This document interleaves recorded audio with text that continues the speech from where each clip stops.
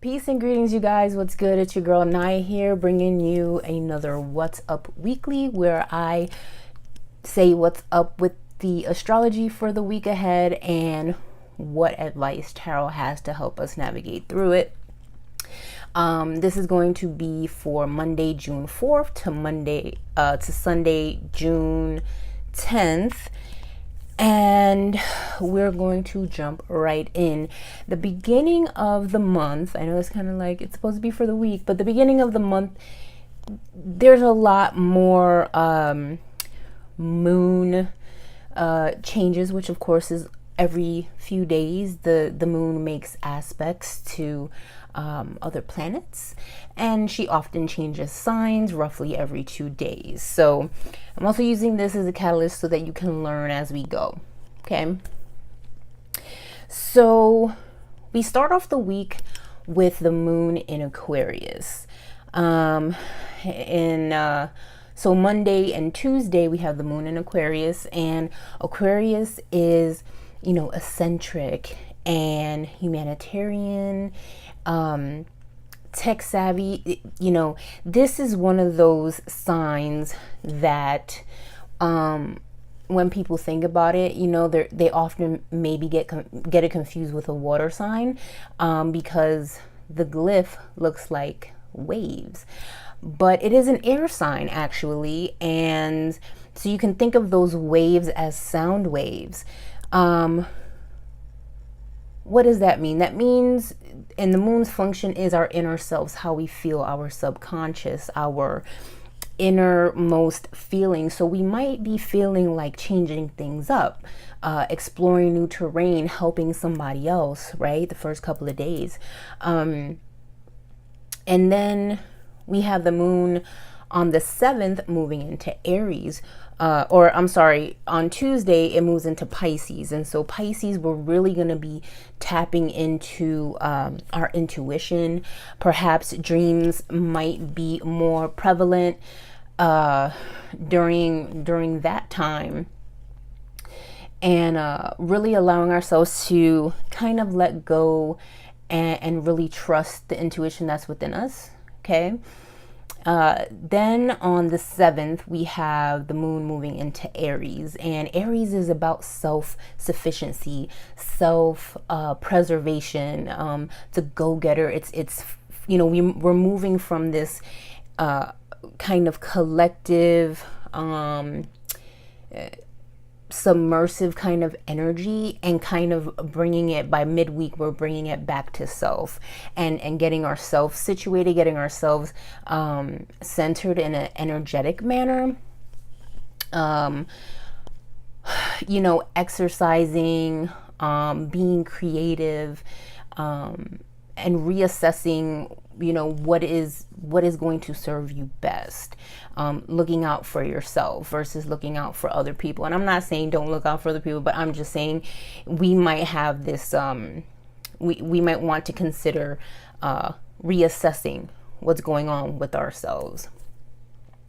And then by the end of the week, on the weekend, we have the moon moving into Taurus. So we'll be ending the week on this really grounded energy, very earthy, very grounded, and kind of almost getting back to center, if you will, moving from this very highly emotionally charged place to a grounded, okay, I know where I'm at, I got this kind of place. So that's kind of the moon's shifting through the signs for the week. We also have Venus trining Neptune.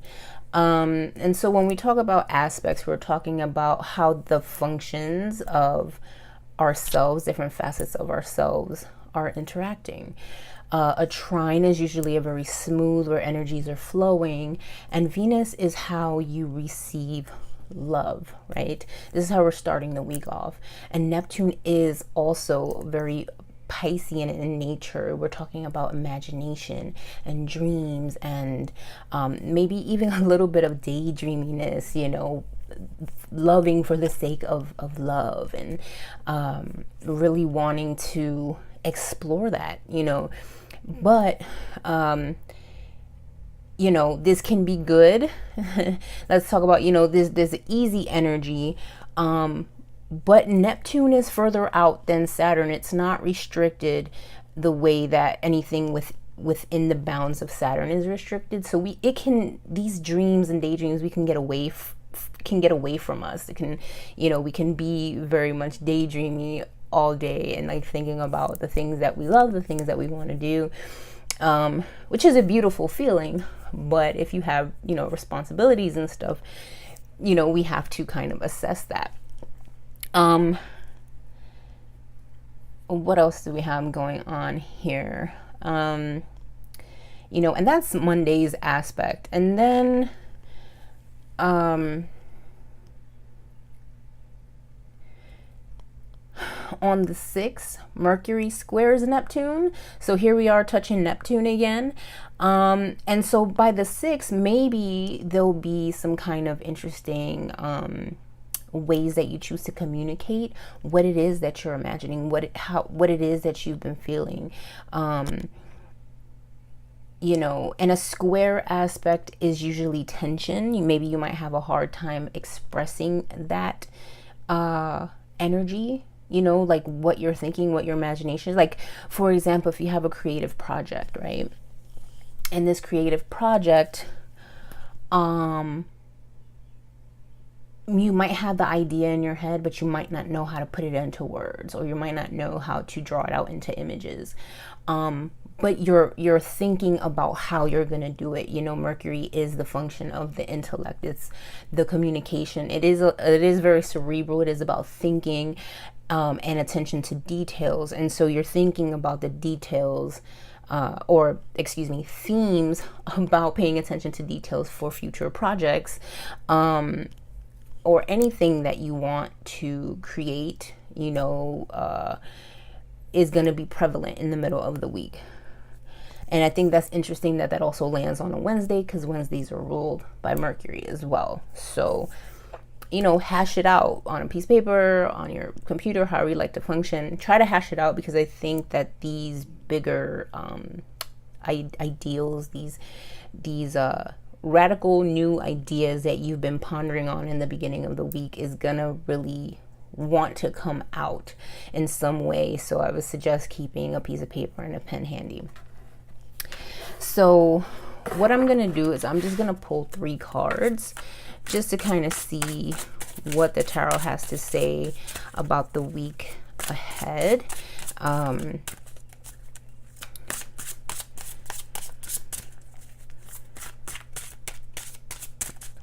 how we can kind of best navigate through the week.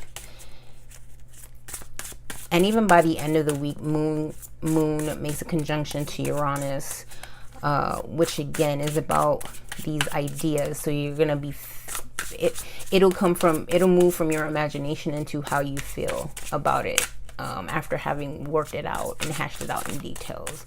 So,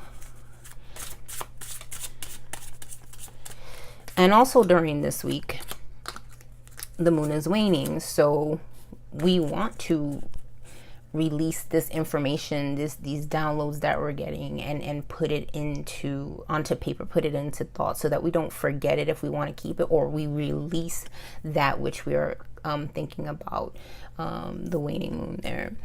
So here we are, in the beginning of, let's see what we got here. We got the Princess of Cups, the 5 of Swords, and the Knight of Wands here. So there's a lot of active energy happening in regards to the imagination, in regards to spirituality, in regards to our inner selves and how we want to feel, how we want to function, right? And these are all new things. So here we have the Princess of Cups, which is earth of water. I'm using the Tabula Mundi, by the way. The Princess of Cups, which is earth of water. So what's interesting about the Princess of Cups coming out is that we start off the week in a water, or actually in an air sign. What am I talking about, girl, please? we start off in an air sign, and end up in a earth sign. So we have earth of water, but the themes of the week I feel are represented best by this Princess of Cups. She's the culmination, the manifestation of what's going on in the emotional realm, what's going on in the spiritual realm, right? She is standing at her beautiful seashell altar here, and she is releasing the love into the universe, releasing it, for herself, but also bringing it down into a earthly way. This project, this ideal, this spiritual path that you want to walk is something brand new to you, something you may have never considered before, but it is coming up for some reason. And so with the Princess of Cups here, it's saying, yes, you might be at the beginning of this journey, but it is plentiful, and that those downloads are definitely going to come through. The next card we have is the Five of Swords. It is defeat. Now, I find this interesting because this is the decan of Aquarius in Venus, or Venus in Aquarius, excuse me. The thing about Venus is she's very receptive. She's very much, she wants to glow in the very sweet way that she glows, and Aquarius is almost like an electric shock to her. And so being that we have the princess here with with this new energy, we may feel like we're stumbling. We may feel like this information that we're getting is so jarring, it's so out of our comfort zones, but there's something about it that we want to explore, even if that means we may fail on the first attempt. The only thing that really is failure is when you stop trying. So don't stop trying. And I say that because we have the Knight of Wands coming through. Now, the Knight of Wands, first of all, he's moving. He is on that horse and he is going for it. Despite the fact that he may have lost that last battle, right? He's still on his horse and he's still going. The fire energy in the wand suit is about spirit. It's about vigor. It's about creativity, moving forward, and also that self-preservation. All right. So, definitely if you feel it in your gut, if you feel like, this is a radical idea, I'm not sure if it's going to work, I don't want to fail, maybe I shouldn't move forward with it. I feel like this week, hash it out and maybe begin to start moving it forward, because the Knight is, it's bringing it through the court cards, because we start with the princess and we end at the Knight here. And this is a thought-based system for anybody who may be a little bit confused about that statement there. The Knight is at the top. The Knight and the princess work together in a case like this. They come together, and what does this do, right? It does the most. But you have to ask yourself these questions, right? What do you want to manifest? What do you want to let go of?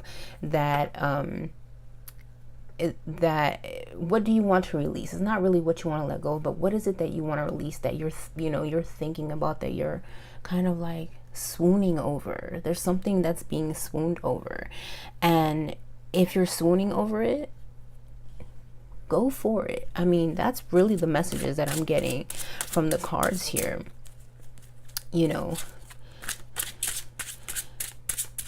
There's a lack of earthy energy present in the tarot, but by the end of the week we will have the moon in Taurus. So, you know,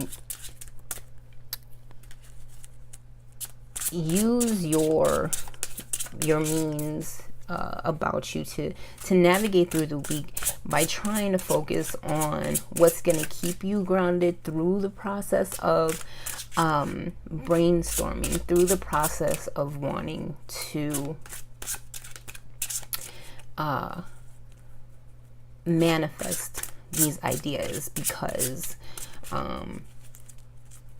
we all have a different process, you know, whatever that process is. I do think that a lot of these ideas are more so geared towards something that will be beneficial for the collective, but you have to just try for it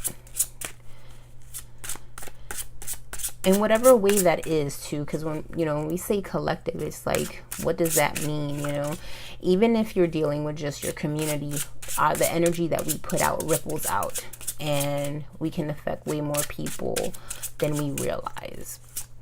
So I'm gonna pull one oracle card here. I have the Cosmos Tarot and Oracle deck by Light Gray Art, and I recently rediscovered this deck, and I want to use it just to give us almost like a mantra of some sort to see what it has to say. All right.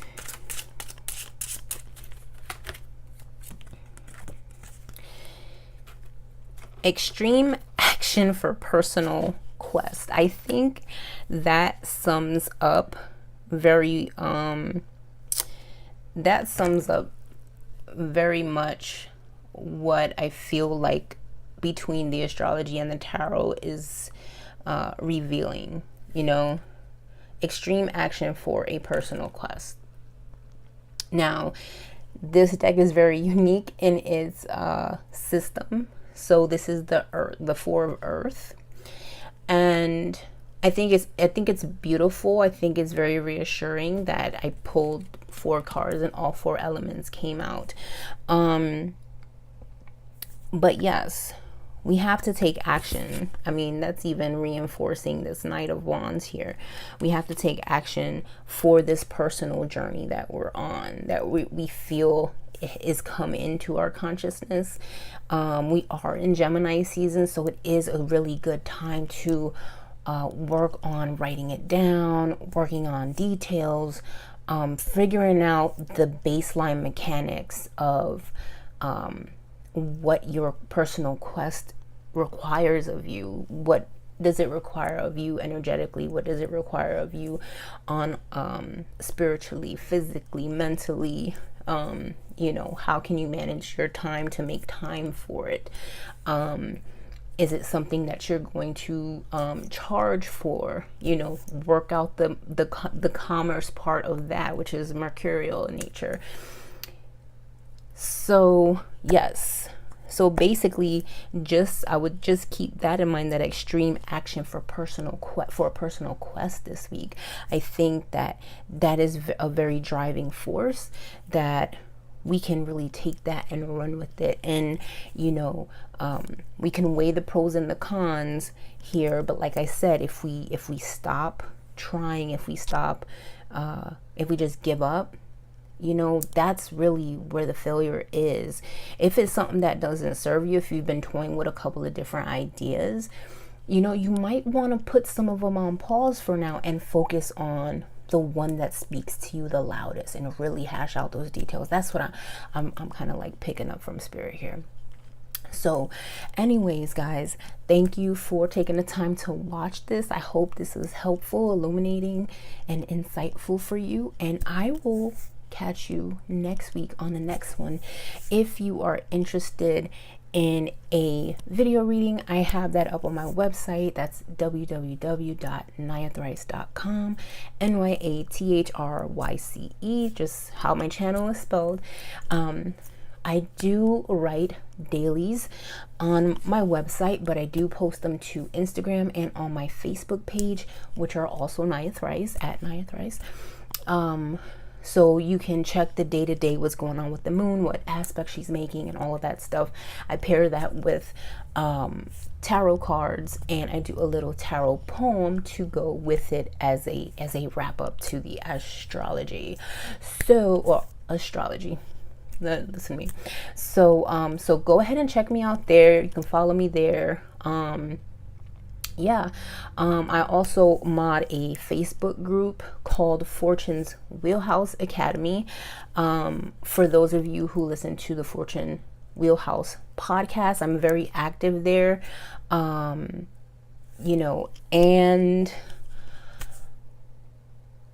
I also mod another group. So many groups. I only mod 2 groups basically. The other one is called Metaphysically Minded, and I'm also very active there. So, you can join there if you just want to hang out on Facebook. I be there. I be on Instagram, and I spend a lot of time writing. So, anyways, thank you guys for spending time with me and watching. Much love, many blessings, peace.